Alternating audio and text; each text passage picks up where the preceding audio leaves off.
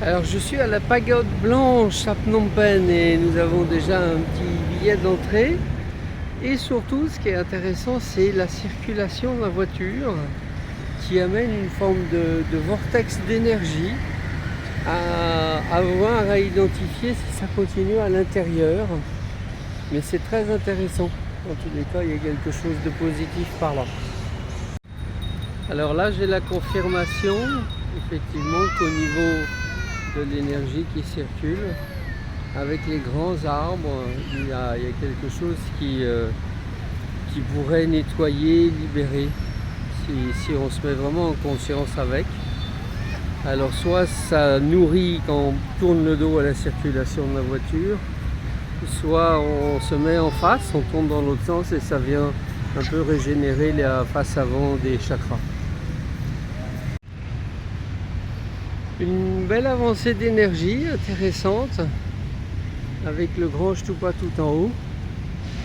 On va trouver un chemin d'accès tranquille. Je retrouve typiquement un stupa secondaire qui permet d'enraciner les énergies. Et ce qui est d'autant plus remarquable, c'est cette pierre de lave qui sert de support au grand stupa blanc avec cette divinité protectrice.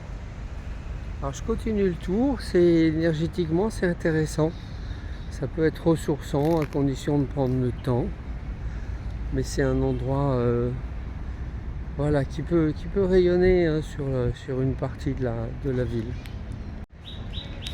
Alors voici un type d'arbre qui sur un lieu comme celui-ci est intéressant parce que dans ses nœuds, en fait, il peut prendre une difficulté, il peut prendre un trauma, quelque chose qui appartient à la personne. Donc en faisant appel à lui, on peut effectivement lui demander une libération de quelque chose qui nous encombre et lui, il va faire un nœud en plus. Voilà, c'est un arbre intéressant à ce niveau-là sur ce stupa blanc. Alors peut-être qu'il y en a d'autres qui ont cette fonction quand ils sont sur des lieux spirituels. Une atmosphère très détendue dans le temple, très différente, niveau vibratoire intéressant, apaisant, oui, d'une bonne densité effectivement.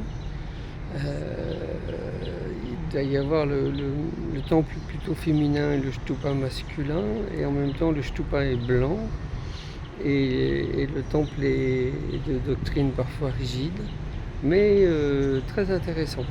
Et dans le fond, il y a des statues qui viennent de l'hindouisme, donc qui sont aussi de proximité. Mais le temple est intéressant si on veut s'arrêter un petit peu pour y méditer tranquillement.